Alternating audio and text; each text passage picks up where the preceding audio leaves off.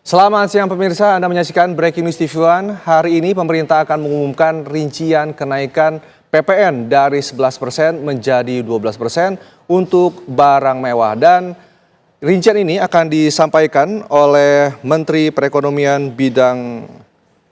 Koordinator Bidang Perekonomian maksud kami Erlangga Hartarto langsung dari kantor Kementerian Koordinator Bidang Perekonomian.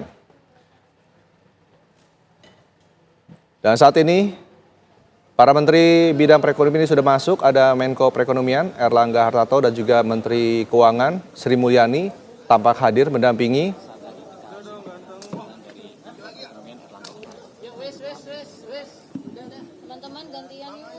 Tidak hanya soal PPM, rencananya pemerintah juga akan mengumumkan terkait dengan paket stimulus ekonomi terbaru dan paket tersebut berupa insentif pajak yang akan diberikan dari pemerintah untuk industri otomotif serta properti. Sebelumnya, Menko Bidang Perekonomian Erlangga Hartarto juga telah memastikan bahwa pemerintah, yakni bahan pokok akan dibebaskan dari pengenaan PPN 12% dan pemberlakuan ini akan dimulai pada 1 Januari 2025.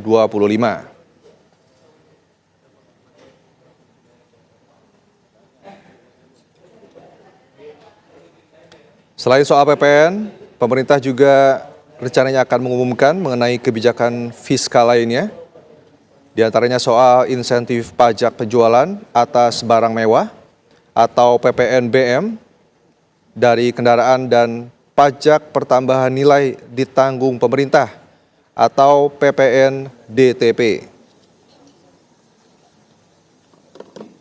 Sebelumnya, sederet kebijakan fiskal itu telah dimatangkan dan akan diumumkan saat ini. Kita akan simak bersama pemirsa bagaimana pernyataan dari Menko Perekonomian Erlangga Hartarto. Untuk kita semua, Om Swastiastu, Namo Buddhaya, salam kebajikan.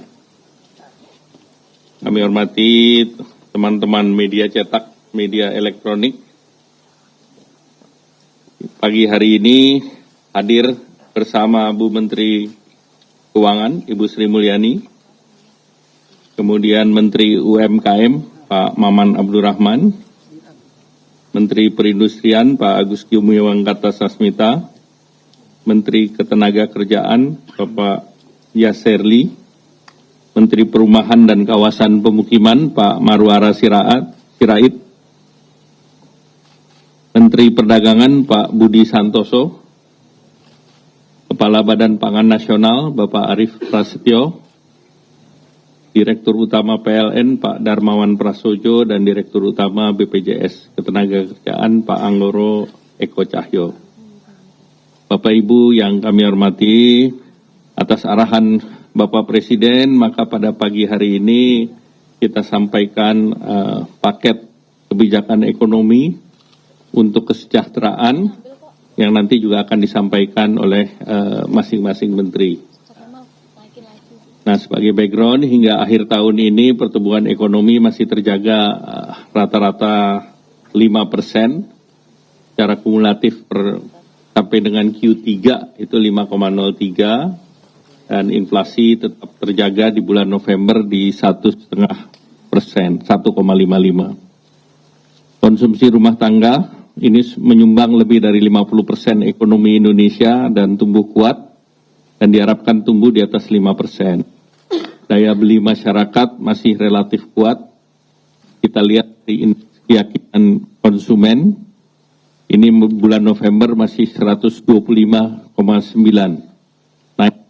Demikian, dan tentunya juga kita lihat sejalan dengan data yang kita dapat dari Nielsen menunjukkan bahwa masyarakat masih kuat untuk berbelanja dengan consumer spending tumbuh 1,7%, dengan consumer spendingnya 250 triliun.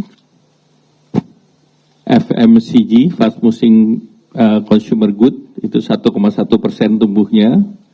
Yang satu lagi yang tekno, konsumen yang barang-barang digital termasuk HP, komputer, dan belanja digital sebesar 4,3%.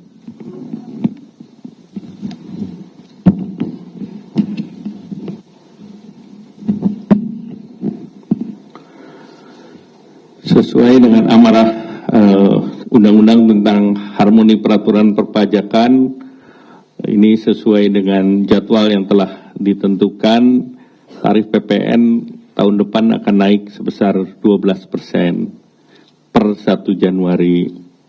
Namun, barang-barang yang dibutuhkan oleh masyarakat, ini PPN-nya diberikan fasilitas atau 0%.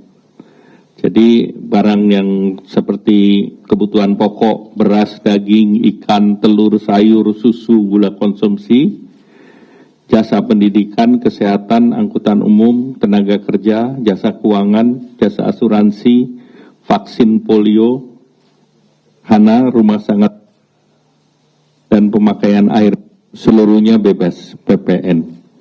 Jadi nanti ada yang kita berikan fasilitas, yaitu untuk barang-barang tertentu.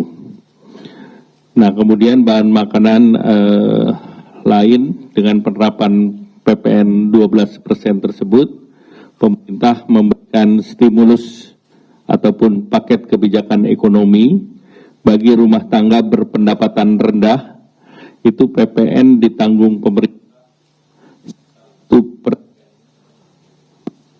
1% untuk barang kebutuhan pokok dan penting, yaitu minyak kita, dulunya minyak curah, itu diberikan 1%, jadi tidak naik ke 12%, kemudian tepung terigu dan gula industri, jadi masing-masing tetap di 11%, yang 1% ditanggung pemerintah. Kemudian stimulus ini untuk menjaga daya beli masyarakat, terutama untuk kebutuhan pokok dan secara khusus gula industri yang menopang industri pengolahan makanan minuman yang perannya terhadap industri pengolahan cukup tinggi, yaitu 36,3%, juga tetap 11%. Kemudian juga akan ada bantuan pangan dan beras bagi desil 1 dan 2, ini sebesar 10 kg per bulan. Nah, kemudian untuk mengurangi beban pengeluaran rumah tangga dan daya listrik terpasang di bawah atau sampai dengan 2200 volt ampere, diberikan biaya diskon sebanyak 50% untuk 2 bulan.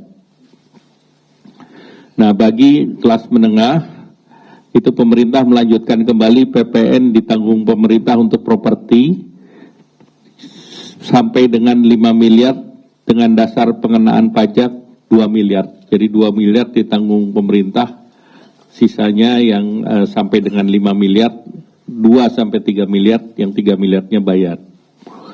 Kemudian melanjutkan kembali fasilitas untuk kendaraan bermotor berbasis baterai atau electric vehicle atas penyerahan roda 4 yang berdasarkan pada TKDN. Dan masih dilanjutkan PPN BM ditanggung pemerintah untuk kendaraan baterai atau EV atas import EV roda tertentu secara utuh atau CBU, dan roda 4 tertentu yang CKD atau completely knockdown. Nah, sesuai dengan program yang sudah berjalan, ini juga ada pembebasan biaya masuk EV CBU masih diberikan. Kemudian terkait dengan yang terbaru adalah PPN BM DTP untuk kendaraan bermotor hybrid. Nah, ini PPN untuk hybrid itu pemerintah memberikan diskon ataupun memberikan ditanggung pemerintah sebesar 3%. Nah, memperhatikan juga masyarakat kelas menengah di sektor padat karya, pemerintah memberikan insentif PPh pasal 21 ditanggung oleh pemerintah, yaitu yang gajinya sampai 10 juta. Jadi dari 4,8 sampai 10 juta itu PPh-nya ditanggung pemerintah khusus untuk industri padat karya. Nah, ditambah lagi jaminan kehilangan pekerjaan dari BPJS Naker dioptimalisasi. Artinya dari fasilitas yang ada, BPJS ini akan membuat mekanisme yang lebih mudah, sehingga nanti perubahannya adalah masa klaimnya bisa diperpanjang sampai 6 bulan, dan manfaatnya 60% untuk 6 bulan. Kemudian juga untuk jaminan kecelakaan kerja bagi industri padat karya tertentu, ini diberikan diskon sebesar 50% untuk 6 bulan.